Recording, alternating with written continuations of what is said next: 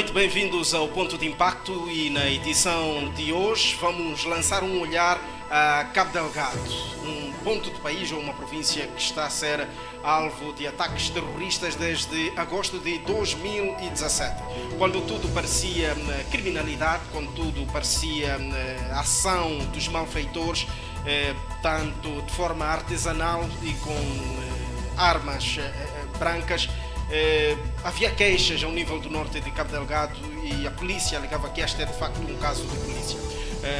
O fenómeno foi crescendo e hoje Cabo Delgado está no mapa de destaque do mundo, não pelas melhores recordações, mas sim pelo clima de tensão que se vive naquele ponto do país. Recuamos então na fase em que este conflito ou este fenómeno estava a surgir.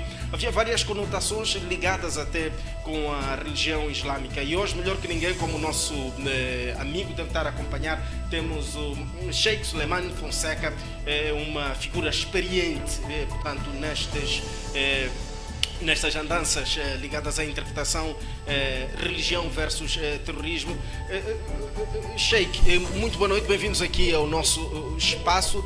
Esta situação de ligação entre o terrorismo e o islamismo arrefeceu de anos para cá, curiosamente com a evolução dos ataques em Cabo Delgado. O que é que terá acontecido e por que esta desanexação se antes a culpa ou as alegações eram de que havia por detrás, portanto, motivos islâmicos ou religiosos?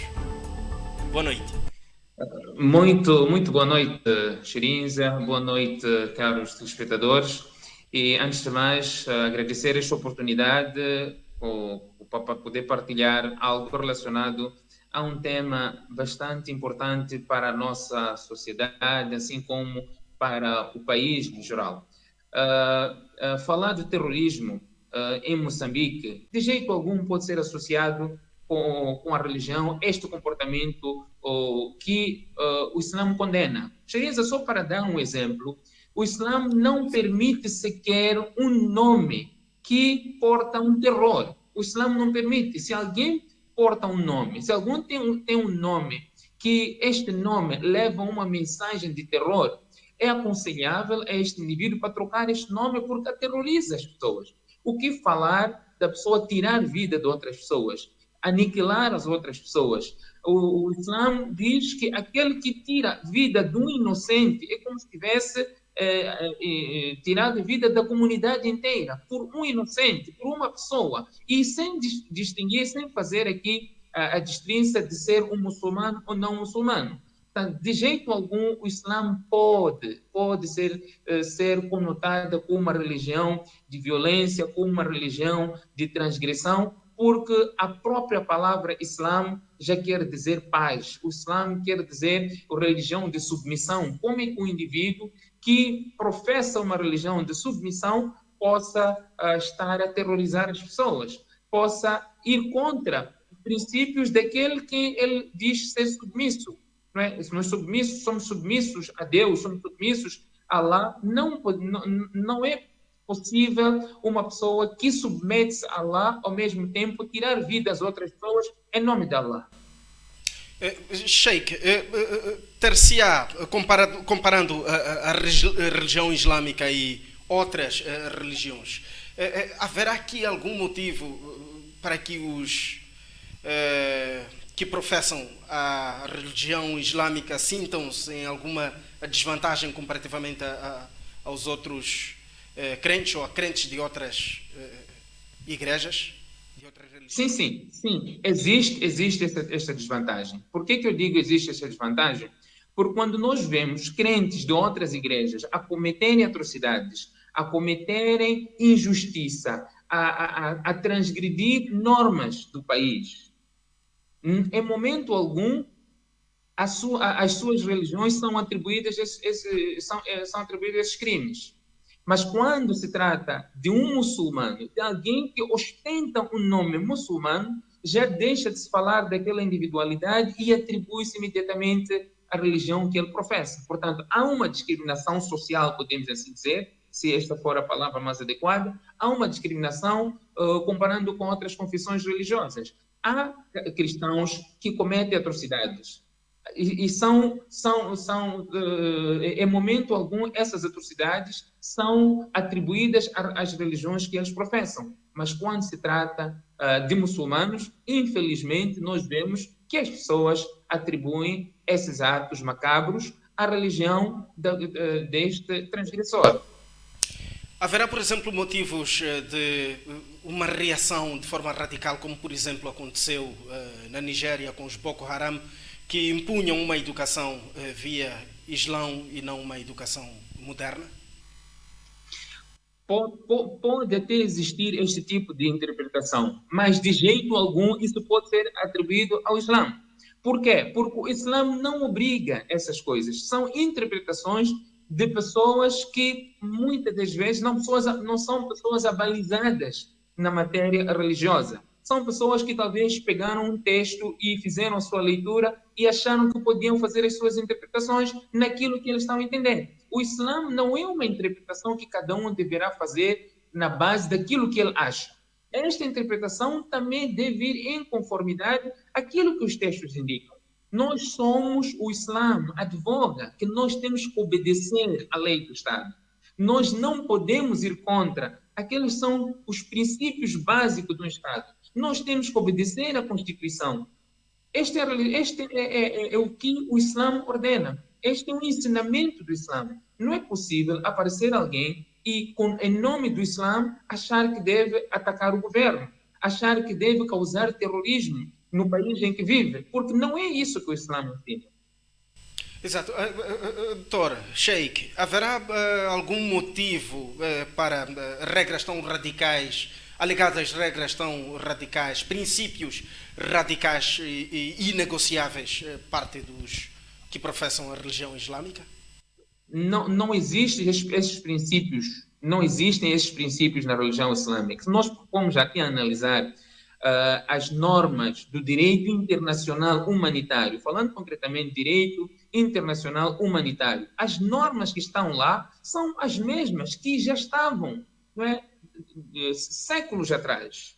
Vamos falar de 1400 anos atrás. Essas normas que o direito internacional humanitário hoje advoga, nós vamos encontrar elas taxativamente, como o profeta Muhammad, que a paz esteja com ele, assim como todos os profetas, o profeta Muhammad já havia deixado este tipo de mensagem. Por exemplo, não podem ser atacados objetos civis, não podem ser atacados os civis, não podem ser atacados bens de utilidade pública, hospitais, escolas, estradas, centros de energia, estação de energia, estação de água, não podem ser atacados essas coisas, porque não faz parte da guerra. São normas do direito internacional. E como é que pode alguém hoje aparecer e dizer que, olha, em nome de Allah, em nome do Islã, há aqui um momento em que as pessoas não estão a cumprir a ordem de Allah neste país e nós temos que atacar? Não existe isto. Se nós quisermos, se tivéssemos até mais tempo, poderíamos ir fazer essa menção de forma mais pormenorizada para podermos perceber que o Islã não fugiu ou não foge daquelas são normas do Estado onde o muçulmano vive. Nós respeitamos a Constituição e esta Constituição, aquele que respeita a Constituição do país em que vive, está a obedecer um princípio emanado da religião islâmica. Ele não pode, de jeito algum, transgredir essas normas e dizer que estou a seguir os princípios da religião islâmica, porque o Islã não advoga, o Islã não ensina essas coisas. Portanto, respeitar as pessoas, não é? Respeitar as pessoas, respeitar os civis, são princípios da religião islâmica, por mais que houvesse uma guerra do Islã contra um Estado não islâmico, por mais que existisse uma situação de género, de jeito algum o Islã diria que os velhos fossem atacados, as crianças fossem atacadas, as mulheres fossem atacadas, as pessoas que não fazem parte da guerra fossem atacadas. O Islã não advoga esses princípios. De jeito algum podem ser atribuídos essas práticas ao Islã. O Islã é uma religião de ordem ensina o indivíduo a se portar bem, desde a pessoa que está ao seu lado, o seu vizinho, a sua comunidade, a sociedade que vive, a província, o país, o mundo em geral. É o que o que o Islã advoga, e não trazer esses comportamentos negativos e atribuir isto como se fosse uma prática religiosa. Portanto, não existem princípios radicais no Islã que fazem com que haja este tipo de comportamento, que haja comportamentos que fazem com que as pessoas vivam em pânico. O Islã é uma religião de paz. Nós, quando rezamos, quando terminamos as nossas orações, a primeira coisa que nós pedimos é a paz. Nós dizemos, Allahumma anta salam, ou Allah, tu és a paz. De ti provém a paz, conceda-nos a paz. É o que nós fazemos todos os dias, 5 vezes ao dia nós pedimos a paz. Como é que pedindo a paz de um lado e do outro lado a causar terrorismo e terror às pessoas? Exato, Sheikh, Cabo Delgado, zona norte do país, litoral norte, maioritariamente habitado por gente que professa a religião islâmica. Esta característica, vamos lá, geográfica e histórica, cultural, religiosa, terá jogado a desfavor, por exemplo, para o nome do Islão, ou nem por isso? Desculpe, eu não consegui perceber. Não consegui perceber. Exato. Ataques em Cabo Delgado, conotação, no princípio, com o Islão. Até que ponto é que a religião maioritariamente professada em Cabo Delgado, que é litoral do norte de Moçambique, pelo Islão, terá sido um fator a desfavor da religião? Até que ponto é que só o facto dos ataques terem sido ou terem eclodido em Cabo Delgado terá beliscado o âmago daqueles que professam a religião? Uma coisa que é verdade, Xirinza, nós não podemos tapar o sol com a peneira. Isso acontece por causa dos recursos naturais que estão naquela parte do país. Sim. Nós não podemos arranjar outras artimanhas para poder tentar perceber o que não é. Em primeiro lugar, é o que acontece. A segunda coisa que eu posso dizer é esta conotação do Islã com o terrorismo é uma influência externa. Isso vem de fora. No mundo, infelizmente, posso até dizer, se tratar de uma perseguição à religião, sempre que há algum ataque, o primeiro suspeito é o muçulmano. E os muçulmanos sempre foram pacíficos a isso, nós condenamos, e de todas as formas, quando os ataques começaram em Cabo Delgado, quando o chefe da guerrilha ostentava um nome muçulmano, nós aparecemos, fizemos conferência de imprensa, aparecemos em tudo que era ordem de comunicação social a condenar esses atos e a distanciar o Islã, a distanciar-se desses atos macabros. Este é um princípio islâmico de esclarecer, porque a religião não advoga este tipo de comportamento. Portanto, dizia que há uma influência externa, não é, que está-se a adotar ou que se adotou naquela altura. Hoje já não há esta frequência a atribuir esses ataques ao Islã, apesar de existirem ainda pessoas neste país, que aparecem publicamente a dizer que deve existir um controle, um registro de mesquitas e madraça. Nós não temos problemas que haja um registro disso, porque nós não temos nada a esconder, não temos nada. Mas nós estaríamos a violar um princípio constitucional. Por quê? Porque uma religião estaria sendo perseguida e outras não. E neste país, a Constituição deste país diz que ninguém pode ser perseguido, ninguém pode ser privado, ninguém pode ser desfavorecido por causa da religião que ele professa. Como é que uma pessoa, não é, entre aspas, reconhecida como um acadêmico, pode trazer discursos num país que possa criar desentendimento nas confissões religiosas, entre uma confissão religiosa com o próprio governo? E digo, nós não temos problemas que façam esse registro, esse levantamento das mesquitas e das madraças, porque nós somos os primeiros, quando aparecer uma pessoa que ostenta o título, ou um líder, um sheik como um muçulmano neste país, a incentivar a atos de crime, de desobediência, a incentivar a desobediência à Constituição. Nós seremos os primeiros a fazer frente às pessoas a dizer que isto não faz parte do princípio da religião islâmica.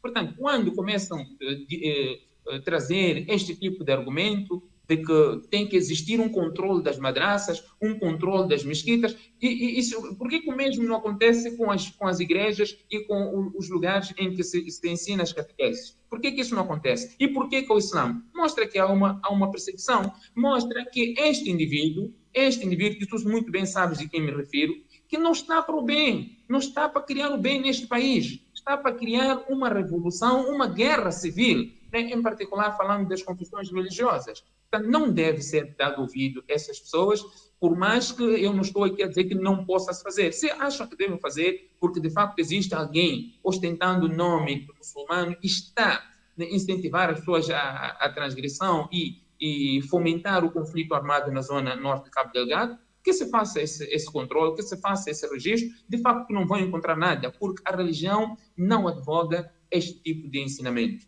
O Islã é uma religião de paz. O Islã não permite que a vida do inocente seja tirada, independentemente da religião que ele pratica.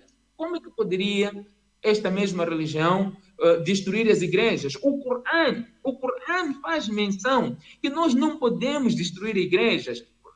Nós não rezamos nas igrejas, nós rezamos nas mesquitas. O Corão faz menção que nós não podemos destruir lugares de culto de outras pessoas, de praticantes de outra religião. Nós não podemos destruir lugares de culto dessas pessoas. O Corão faz essa menção. Como é que as pessoas, ostentando o nome de muçulmanos, podem praticar esses atos e atribuir isso à religião? Portanto, é importante sempre que exista situação de género, a relação ou o pedido de esclarecimento, se de facto a religião ensina esses princípios, esta informação deve partir das pessoas versadas no direito islâmico, pessoas versadas no conhecimento relacionado à religião islâmica e não a qualquer amador.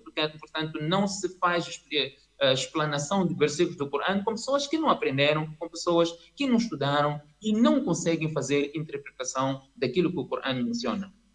Ainda bem que chega a este ponto. A minha próxima pergunta até tinha que ver com este ponto. O Alcorão. O Alcorão, assim como a Bíblia, são mandamentos seculares, são livros seculares, portanto, foram escritos há 2000 anos, há mais de 2000 anos. E o Islão tem essa particularidade de ser rígido, portanto, ao Alcorão. Os dias que correm, o terrorismo no mundo terá forçado algum reajuste, algum revisitar de forma de viver, por exemplo, dos crentes islâmicos? Ou nem por isso? Não, Shirinza. Não é possível que isso aconteça. São livros que não se atualizam, não são Constituição da República, por exemplo, que, dada a dinâmica da sociedade, podem ser atualizados. Sim, o Islã é uma religião que veio para ficar, até o último homem que veio para a face da Terra. E é um livro emanado e que vem de Deus. Deus sabia o que vai acontecer desde o momento em que foi revelado o Alcorão até o último homem que veio para a face da Terra. Portanto, ele não iria revelar algo que iria necessitar de um acréscimo do humano. De uma espécie de atualização. Exatamente. Não existe margem para isso. Se for a ver, o Alcorão, chama-se Alcorão somente o texto árabe. Somente o texto árabe. A sua tradução não se chama de Alcorão. E esta tradução pode ser tendenciosa. Alguém pode ser tendencioso a fazer uma certa tradução.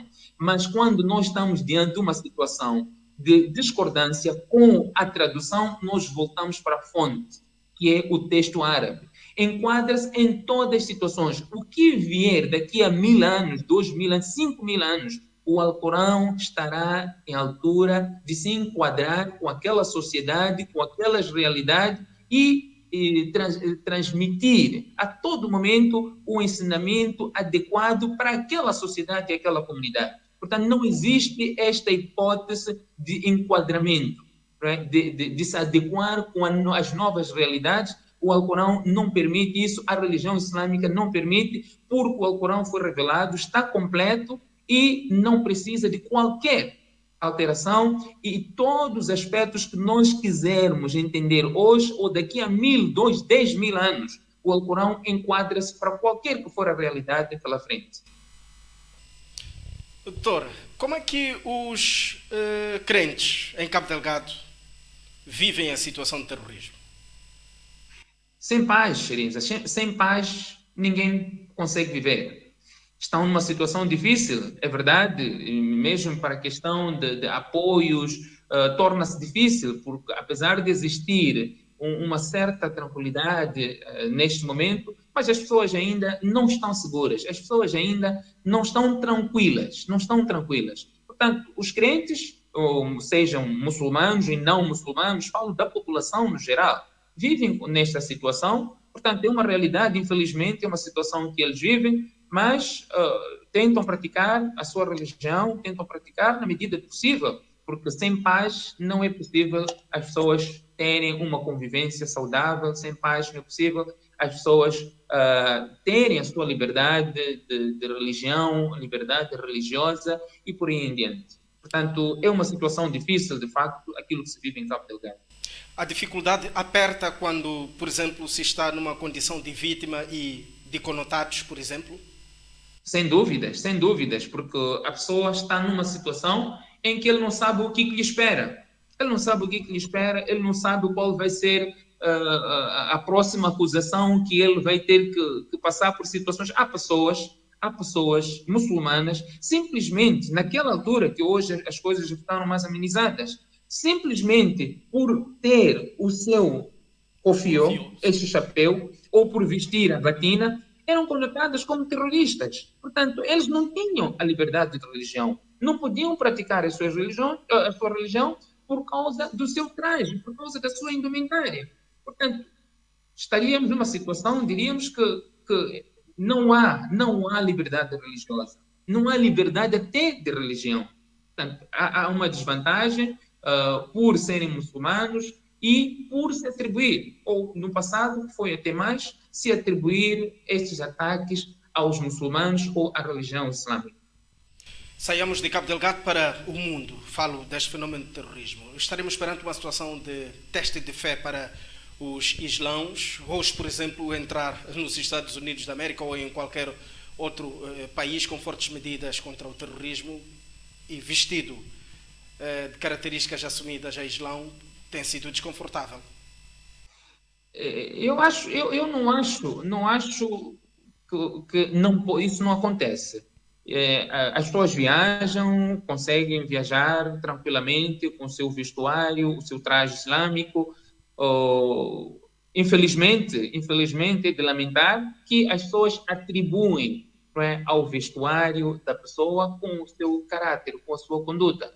Portanto, não tem nada a ver uma coisa. Eu posso estar vestido, trazer um vestuário mais modesto possível, mas dentro de mim eu não ter uma conduta adequada. Portanto, as pessoas não podem ser julgadas por causa do seu traje. Como se diz, não julgar o livro por causa da sua capa. Portanto, os muçulmanos, de facto, é uma realidade, são perseguidos por causa do seu traje, mas este não deve ser a conduta, não é, de qualquer que seja indivíduo julgar o outro por causa da roupa que ele traz e ser associado a um terrorista por causa da religião que ele professa. Sheikh, que mundo é este? Há algum sinal profético previsto para esta fase que estamos a enfrentar? Sim, há sinais disso, porque cada momento que nós vamos passando um tempo para o outro, o tempo que vem torna-se ainda mais difícil.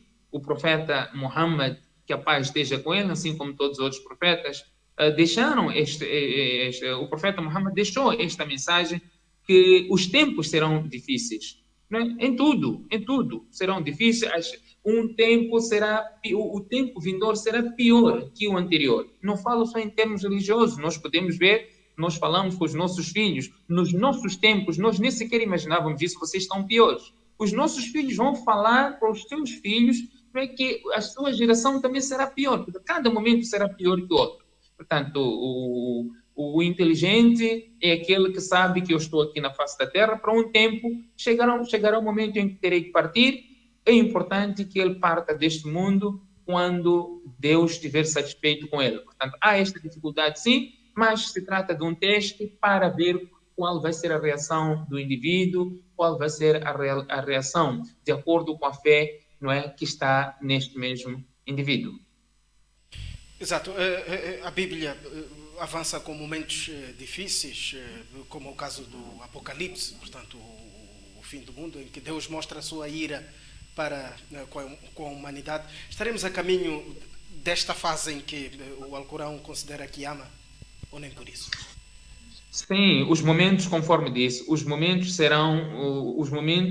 serão mais difíceis até a vinda, até o regresso de Jesus Cristo. Quando Jesus Cristo voltar à Terra, as coisas voltarão à normalidade, existirá paz, existirá abundância, que depois da partida de Jesus Cristo, o mundo voltará, não é, a enfrentar situações de guerra, situação difícil outra vez, que o mundo irá terminar sobre essas pessoas desobedientes e transgressores. O fim do mundo chegará sobre essas pessoas. Como viver de forma, ou nesta linha espiritual, debaixo de um mundo cheio de interferências, por exemplo? Nós vemos e nós transmitimos isso aos nossos irmãos, nossos crentes, que nós somos passageiros nesta vida. Nós somos passageiros, por mais que a nossa vontade, o nosso desejo seja de ganharmos tudo e mais alguma coisa. Nós podemos encher as nossas casas de dinheiro, de joias, de ouro, mas depois de um tempo nós temos que deixar essas coisas e partir. O importante é nós partirmos com fé, enfrentarmos as dificuldades que enfrentamos com paciência, sabendo que nós estamos aqui para sermos testados, seremos testados, e o felizardo é aquele que enfrenta essas situações, cientes de que amanhã ele será recompensado pela boa conduta, será recompensado pela paciência, pela tolerância, pelos bons feitos que ele deixou na face da terra. Isso que importa, e não acumular, independentemente de lesar uma outra pessoa nesta ganância que ele tem. Portanto, nós ensinamos isso, o Alcorão ensina, os ensinamentos do profeta Muhammad também estão neste sentido, que nós estamos nessa face da terra por um curto tempo, e depois nós iremos partir. Importa o que nós preparamos para a eternidade. Sheikh, se tiver notado, temos uma relaxadinha no nosso tema ligado ao terrorismo. Saímos um bocado para o âmbito mais moderno, falo do mundo atual, mas retornando ao terrorismo, por que desta conotação, desta ligação quase que direta entre o terrorismo e o islamismo? Eu não sei se daria uma resposta ou se teria uma resposta direta. Não sei se teria uma resposta direta. Mas, pelo que eu percebo, as pessoas atribuem estes ataques ou o terrorismo à religião islâmica, provavelmente por causa do que o Ocidente tem mostrado. Sempre que há um ataque, sempre que há... Não estou a falar de Moçambique, estou a partir de fora. Sempre que há um ataque, seja na Europa, seja na Ásia, qualquer lugar do mundo, nós vemos os primeiros suspeitos são os muçulmanos. Eu também gostaria de perceber por que esta conotação. Eu também gostaria de perceber. E aqui em Moçambique, em Cabo Delgado, aquilo desde os primórdios que isso aconteceu, as pessoas vão juntando, não é? ou vão fazendo uma comparação daquilo que o Ocidente faz, daquilo que as pessoas, não é, têm como entendimento, apesar de não ser verdade, e atribuem isso, não é, aos muçulmanos também quanto aos ataques de Cabo Delgado. Por quê? Porque as pessoas até, não é, ostentam lá uma bandeira preta com uma escrita árabe. Muitas das vezes nem sequer se entende o que está lá escrito, mas porque alguém acha que é uma escrita árabe, por ser árabe, então deve ser algo ligado à religião islâmica, coisa que não é verdade.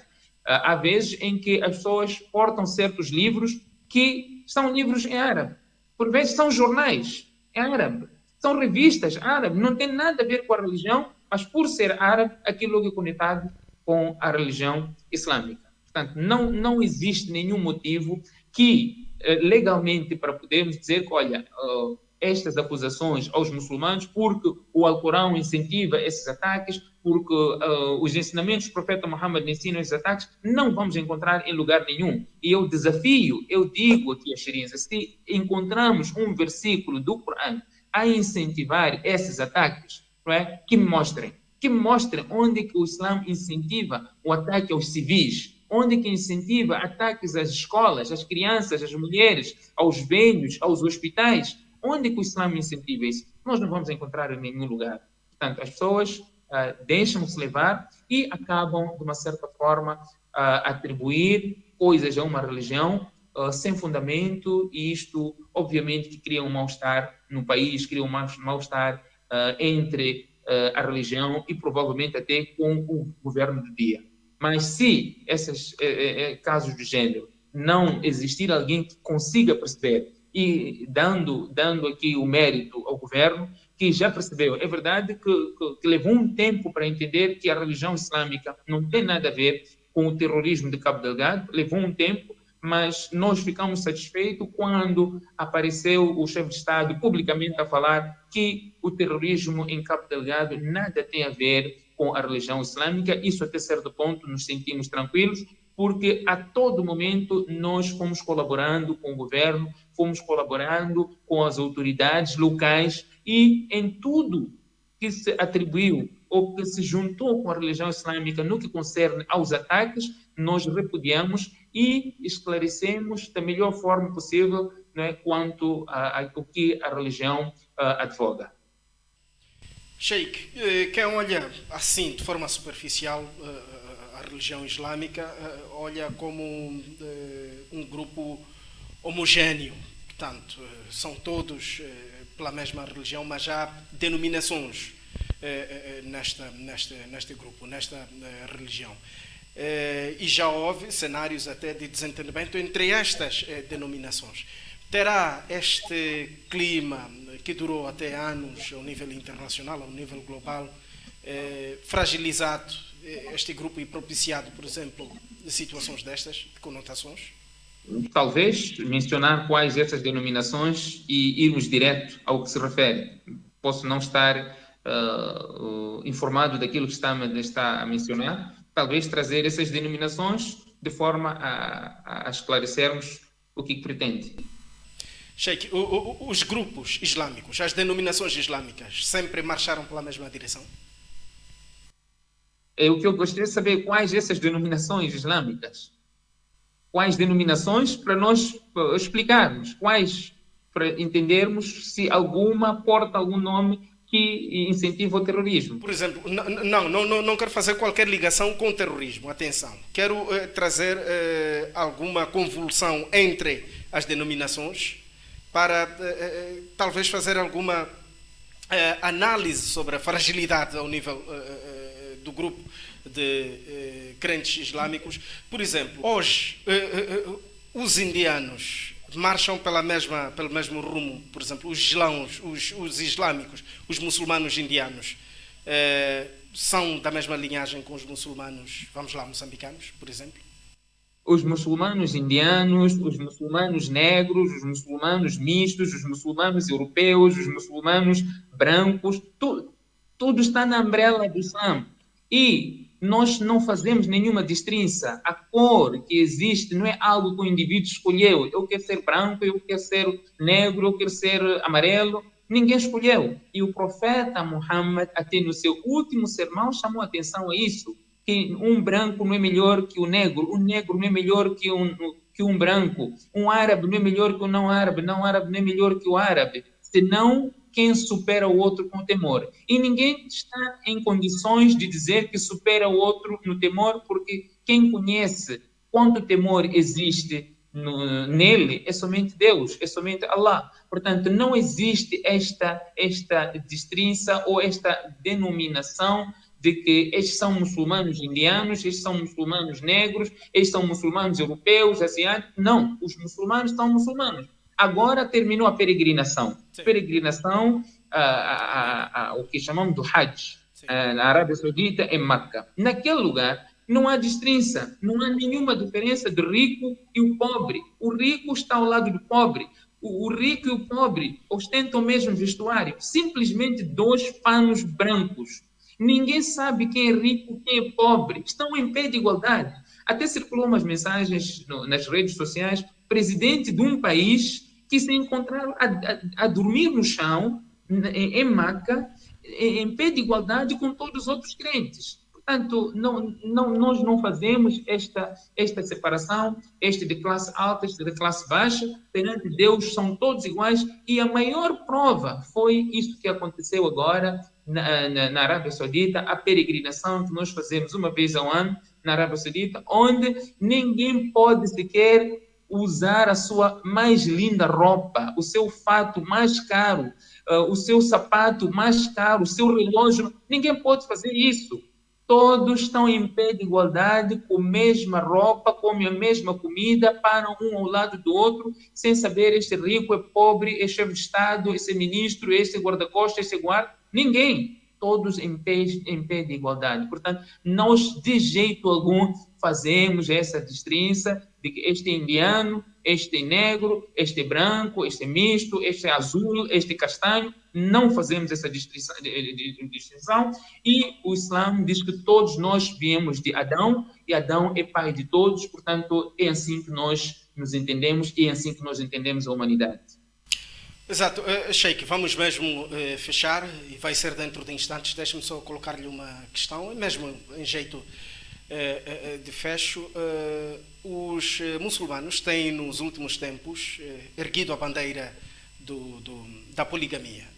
Não que antes não era erguida esta bandeira, não que antes não era trazido ao debate este tema, mas ultimamente o debate tornou-se mais sonante. Sente que a poligamia vem, de certa forma, registando alguma, vamos lá, como é que eu digo, não seria repúdio, mas seria alguma repulsa por parte da sociedade que vivemos? A poligamia, Shirinza, não diria que é algo do Islã. Eu acho que o ponto de partida não seria este. A poligamia em Moçambique, primeiro, é um costume. Exato. É uma prática moçambicana. Sim. É uma prática moçambicana. Portanto, eu acho que o problema... Hoje nós falamos da poligamia, o polígamo é olhado como se fosse um transgressor. Nós combatemos os polígamos e defendemos os adúlteros. Nós combatemos os polígamos e defendemos os adúlteros. O problema da poligamia não é a frente entre a poligamia e a monogamia. É a poligamia e o sexo ilícito. Desculpa, os muçulmanos não podem... Não consigo escutar. Não percebi a última questão. É poligamia e há um termo que usou, uma expressão que usou. Sim, dizia que o problema não é a poligamia e a monogamia, porque a poligamia e a monogamia sempre existiu em Moçambique, sempre existiu na África. Os povos passados eram polígamos. Portanto, a religião islâmica diz que a pessoa pode optar por contrair outros casamentos, desde que preencha os requisitos. Deve ser justo, deve ser equitativo, deve ter condições para fazer isso. Portanto, este é o ponto de partida. Hoje, os polígamos são olhados, não é, de forma discriminada. Por que se está a contrair o outro matrimônio? Mas ninguém tem problema quando este mesmo homem pula a cerca. Ninguém tem problema. Nós estamos, por vezes, a levar certos hábitos ocidentais. Por exemplo, nos lugares em que o adultério é comum. A pessoa tem uma mulher ou até não tem esposa, ele sai e consegue preencher as suas necessidades carnais e voltou para casa, está muito à vontade. Ele não tem que ter uma esposa para aturar uma mulher, ter que sustentar uma mulher, sem querer aqui falar menosprezar a mulher ou baixar o nível da mulher. Estou a falar naquilo que é a percepção das pessoas. Exato. Portanto, O o Islã desculpe, incentiva que a pessoa acha. Consegue-me ouvir? Desculpe. O Islã obedece a alguma ordem de chegada, sob o ponto de vista de esposas? Por exemplo, a primeira tem algum privilégio que as outras que vêm, ou nem por isso? Não existe primeira, segunda, terceira. Estão todas em pé de igualdade. Okay. Estão todas em pé de igualdade, são esposas. É verdade que a pessoa que casou sabe que eu casei primeiro com esta, depois casou com outra. Portanto, em termos de vantagens, em termos de ser considerado que é primeira e segunda, não. São todas esposas. Em termos de direitos, todas têm o mesmo direito. Portanto, a poligamia é um direito, posso dizer, é uma prerrogativa. Este é um termo certo. É uma prerrogativa que a religião dá. A pessoa, se tiver condições de casar uma outra mulher, poderá fazer. E isto não é algo que nós podemos achar estranho. Vou só dar um exemplo, Xerinza. Na lei da família antiga, tinha um artigo fala concretamente da lei da família antiga, 426. 426 da antiga lei da família, que se não me lembro, se não estiver a fazer confusão de epígrafe, era apanágio em caso de união polígama. Apanágio em caso de união polígama. Portanto, se a lei do país diz que pode existir um apanágio em caso de união polígama, em outras palavras, ele reconheceu uma união polígama. Reconheceu esta união polígama e dá um apanágio. Não existem filhos bastardos. Não existem filhos bastardos. Filhos fora do casamento são filhos legítimos. São filhos, sim. Aliás, a nova lei, os filhos são... A chamada lei das sucessões também respeita isso. Na lei das sucessões também. Sim, não há, portanto, não há filhos pela metade. Os filhos são filhos. Os filhos são reconhecidos. Os frutos deste relacionamento é conhecido. Por que não pode ser reconhecida esta mãe desta criança? Por que não pode existir o mesmo direito na mãe dessa criança? Porque esta relação, uma relação íntima deste homem casado que tem uma amante, um termo certo, um termo certo, qualquer agressão contra esta amante pode servir de agravante para a aplicação da pena, ou pode ser atenuante para a aplicação da pena. Mas quando se trata de assumir esta mulher, já há problemas. Quando nós falamos de poligamia, estamos a falar de dar direitos por igual. Por que há apenas atenuantes? Não é? Apenas atenuantes, podemos assim dizer, para o adúltero. A pessoa que pratica adultério, portanto, acha que preenche as suas necessidades. Mas aquela mulher, em vez de estar a ser usada como um objeto sexual, que os casados normalmente fazem, tem uma amante e as mulheres dizem que fica por lá, o que os meus olhos não veem, não faz efeito em mim, o coração não sente. Por que esta mesma mulher que é usada como objeto sexual, por que não pode ser assumida? Por que não pode ser assumida? Se eu tenho um direito, não é, de me relacionar, de contrair o matrimônio com quem eu estiver satisfeito. Porque se a mulher sente-se bem, não tem nenhum problema em ser a segunda esposa. Por que o legislador tem que dizer, não, eu não permito que tu sejas a segunda esposa? Exato. Sheikh. Portanto, a questão da poligamia talvez seria um tema que poderíamos conversar com um pouco mais de detalhes, olhando, fazendo uma análise daquilo que é a lei, olhando para a lei penal, os agravantes, atenuantes, e olhamos para aquilo que é a nossa realidade. Aquilo que é a nossa realidade, e eu acho que o legislador poderia analisar essa questão, não é? É verdade que não estamos aqui, o nosso tema é terrorismo. Não sei se traz no tema poligamia com o terrorismo. Não sei se existe alguma ligação, existe alguma similaridade. Não, é por isso que alertei que estávamos mesmo a fechar. Era uma espécie de curiosidade, até por causa da sua rica bagagem. Queríamos espreitar um bocadinho o Alcorão. Anunciei que íamos sair um bocadinho do tema mesmo. Nós podemos arranjar um outro momento, talvez, para abordar esta questão. Eu acho que poderia aprender também, mas eu acho que tenho alguma coisa que eu posso falar no que concerne a poligamia, a posição islâmica e algum estudo que já foi feito no que diz respeito àquilo que é prática em Moçambique. Prática em Moçambique que as pessoas praticam, obviamente, mas as pessoas praticam detrás da porta, detrás da cortina. Mas é uma prática reiterada, podemos assim dizer. E é verdade, por exemplo, que o Islão desaconselha aos homens que assistam as viúvas ou as mulheres sofrendo pela solidão? Não é verdade? O Islão incentiva a cuidarmos das viúvas, ajudarmos as viúvas, ajudarmos os órfãos, ajudarmos as viúvas, ajudarmos os pobres, ajudarmos os necessitados, não só as viúvas, não só as viúvas, a todos o Islão incentiva, a todo que precisar de ajuda, o Islão incentiva que essa pessoa merece ser ajudada, deve ser ajudada. Exato. Com mais vagar, lá pela frente a gente conversa sobre essas leis do Islão.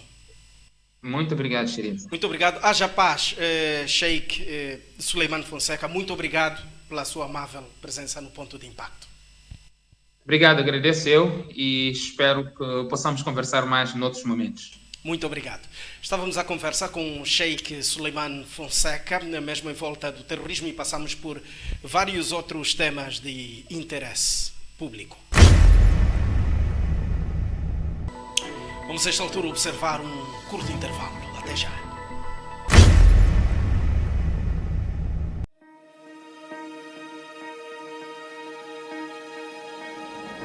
Sabiam que o nosso país não tem uma lei que proteja os direitos das pessoas com deficiência? Sim, e ainda existem leis no nosso país que discriminam as pessoas com base na deficiência. Como aquela que proíbe pessoas com deficiência mental de casar. E há instituições que continuam a trabalhar ignorando os direitos das pessoas com deficiência. Por isso, precisamos de uma lei. Mas não uma lei qualquer. Uma lei que reconheça os nossos direitos, que estabeleça obrigações específicas e instituições capazes. Porque não podemos depender de boa vontade ou de favores. Por isso, queremos pedir que Revejam. Aprovem. Implementem a nossa lei.